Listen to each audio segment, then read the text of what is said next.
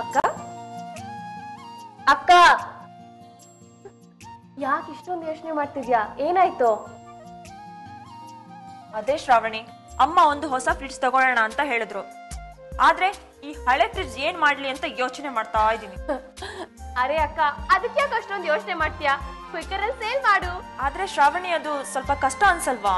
No ಅಕ್ಕ, it's very easy process.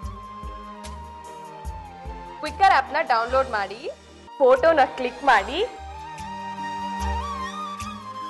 Details add ಮಾಡಿ sale ಮಾಡೋದು ಅಷ್ಟೇ. Wow Shravani, it's very easy.